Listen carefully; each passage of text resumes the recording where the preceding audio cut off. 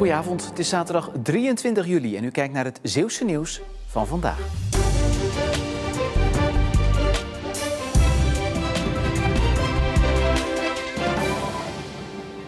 Camping Cassandriabad, goedemiddag. Het hoogseizoen is dit weekend echt begonnen, nu ook regio Zuid-Nederland vakantie heeft.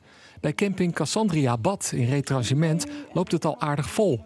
Al is het minder druk dan de afgelopen jaren. Ons planbord was in 2021 toch wel iets voller, omdat de mensen graag in Nederland bleven. Kon je merken. Toen was de drukke periode iets langer. Het was wel 2 weken langer dan dat er nu gepland is. En de drukte van de periode is ook iets korter dan in de coronajaren. Op deze camping zijn 200 plaatsen. Sommige gasten komen hier al hun halve leven de zomer doorbrengen. In Zeeland, in Zuid-Vlaanderen komen we 42 jaar, dacht ik. Ongelooflijk, wat is het zo dat u hier trekt? Nou, het is heerlijk rustig. Zomers de zon en s'avonds koelt het lekker af. Dus heb je er geen last van de warmte. Dit weekend zitten we vol. Voor volgende week heb ik nog wel enkele plaatsjes vrij voor een paar nachten. De familie Basting maakt lange dagen. Om 6 uur in de ochtend begint de schoonmaak. De bar sluit om middernacht. Ja, gaat prima. Gisteren hadden we grote aankomst inderdaad. 40 caravans ongeveer komen, dus die moet je allemaal weer een plekje geven. En wegwijs maken, animatieprogramma meegeven, dat de kindjes naar de animatie kunnen. En zorgen dat de mensen een leuke vakantie hebben. Ja, we zijn echt fans van Trekker-Trek. Ronkende motoren en rook uit de pijpen. De Trekker-Trek in Aagtenkerke kon dit jaar eindelijk weer doorgaan. Vorig jaar werd het evenement nog een dag van tevoren afgelast vanwege nieuwe coronamaatregelen. Deelnemers en bezoekers zijn dus extra blij dat ze er weer zijn. Je ziet weer kennissen en collega's en zeker als het dan zulke mooi weer is als nu. Geweldig. Mijn zoon reed net mee en mijn man doet ook zo mee. Dus het is superleuk om te zien. Hij is nu 17, hij heeft begin van het jaar zijn trekkerrijbewijs gehaald. En dan pas een wedstrijd in Tolen gedaan. En dan nu hier.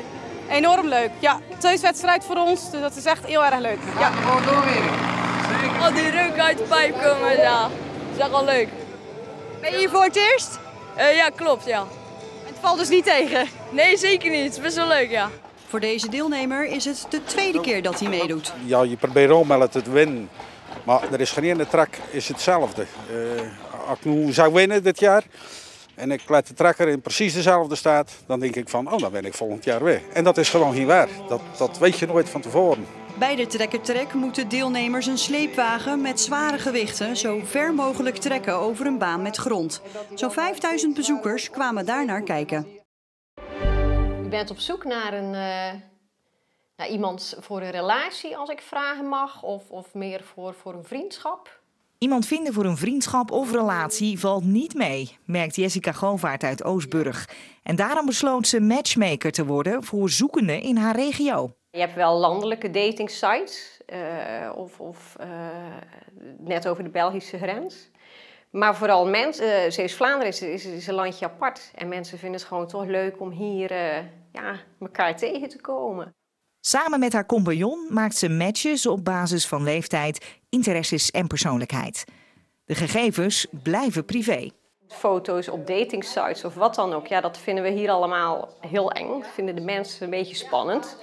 Op verzoek van 2 kanten, van beide partijen, kunnen we die wel van tevoren aan elkaar laten zien als ze dat echt uitdrukkelijk willen. Maar in principe werken wij niet meer foto's online. Dus vandaar de manier hoe wij werken in elk geval. Iedere eerste ontmoeting met een match kost €30. Voor nu richt Govaert zich vooral op Zeeuws-Vlaanderen. Maar ook mensen van Walcheren of net over de grens kunnen zich inschrijven. De kans is dan wel groot dat je aan een Zeeuws-Vlaming wordt gematcht. Ja, dan weet ik nu eventjes genoeg. Leuk, bedankt voor het gesprek. En we gaan op zoek. Voetbalclub Kloetingen wil komend seizoen uitgroeien tot een stabiele ploeg in de 4e divisie van het amateurvoetbal. De groen-witte formatie werd het afgelopen seizoen kampioen in de eerste klasse en blijft onverminderd ambitieus. Maar volgens de nieuwe trainer, de uit Middelburg afkomstige Juriaan van Poelje, is het lastig inschatten hoe sterk Kloetingen zal zijn in de nieuwe competitie. Kijk, je hebt ploegen zoals Capelle, Feyenoord, Smitshoek, Goes. Dat zijn ploegen die natuurlijk de ambitie hebben om direct terug te promoveren of te promoveren. Maar alles ligt heel dicht bij elkaar. Ik ken bijvoorbeeld Achillesveen ken ik heel erg goed. Dat zijn spelers die ik zelf getraind heb. Daar heb ik met Baronie ook regelmatig tegen gespeeld. Ontzettend sterke ploeg die 5e of 6e is geworden. Dus de competitie is gewoon heel sterk. Verschillen zijn klein. En wij hopen daar ons tussen te gaan nestelen. Kloetingen is sinds deze week in voorbereiding op het nieuwe seizoen. In de selectie is het een en ander veranderd. Zo vertrok topscorer Dano Laurens naar Jong Sparta in de 2e divisie. En de nieuwe spits heet Ruben de Jager, gekomen van Hoek. Kijk, de eerste verwachtingen zijn om gewoon een goed team te smeden met elkaar en leuk voetbal op de mat te brengen. En ik ben ervan overtuigd dat de resultaten dan vanzelf komen. Maar wat die zullen zijn is heel moeilijk. Ik ken de competitie nog niet goed. Ook al ben je promovendus, je wil voor het hoogste gaan. Alleen je moet realistisch zijn en kijken waar je pijnpunten zijn, waar je krachten liggen en waar de tegenstanders goed in zijn. Daar stel je op in en uiteindelijk krijg je dan de klassering waar je recht op hebt. De eerste wedstrijd is op zaterdag 27 augustus. Kloetingen start dan in Capelle aan de IJssel met de uitwedstrijd tegen Capelle.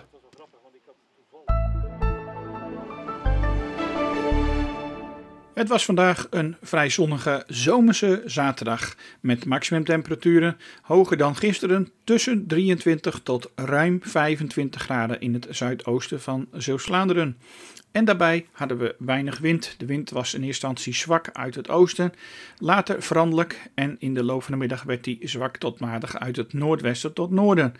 Vanavond hebben we tot 10 uur in ieder geval nog een zwoele zomeravond met veel zon en temperaturen rond de 20 graden. Vannacht zijn er opklaringen en dan hebben we minimumtemperaturen tussen 14 en 17 graden bij een zwakke zuidwestenwind. Ook morgen wordt het een warme dag. We hebben dan flinke zonnige perioden en het wordt warmer met 27 tot lokaal 30 graden.